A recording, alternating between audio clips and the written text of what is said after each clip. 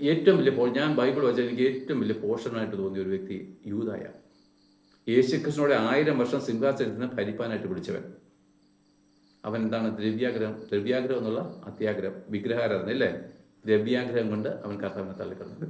അത് ദൈവാഗ്രഹം എന്നൊന്നും ഒരു രീതി പറയാൻ കാര്യം. ദൈവം അവനെ അതിനാക്കി ആയിക്കോട്ടെ.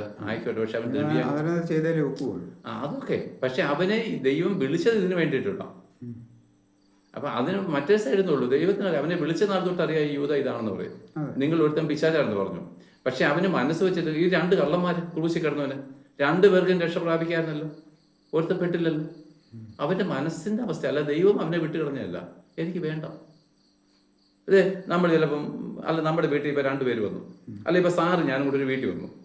അവര് വളരെ വളരെ നമ്മളോട് സ്നേഹത്തിൽ 2 പേർക്ക് നമ്മളോട് ചോദിക്കാതെ 2 ചായ കൊണ്ടുവച്ചു. സാർ എന്താ പറയും? അത്രേ ഉള്ളൂ. എനിക്ക് കർത്താവിനെ വേണ്ട. ഞാൻ പറഞ്ഞ ചായയെ പറ്റിയുള്ള ഉപമ പറഞ്ഞത് മനസ്സിലാക്കാൻ വേണ്ടി പറഞ്ഞതല്ല. ചായ നല്ലതാണെന്ന് സ്ത്രീ എന്നല്ല ഞാൻ പറയുന്നത്. അപ്പൊ ഒരുത്തിന് വേണ്ടെന്ന് പറഞ്ഞാൽ പിന്നെ കുടിപ്പിക്കാൻ പറ്റുമോ?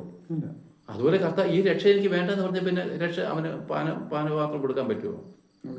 ഇല്ല. അപ്പൊ ഒരുത്തൻ വിശ്വസിക്കാൻ സ്നാനം ഒക്കെ ചെയ്യുന്ന കർത്താവ് പറഞ്ഞു എങ്കിൽ ഞാൻ രക്ഷിക്കാന്ന് പറഞ്ഞു.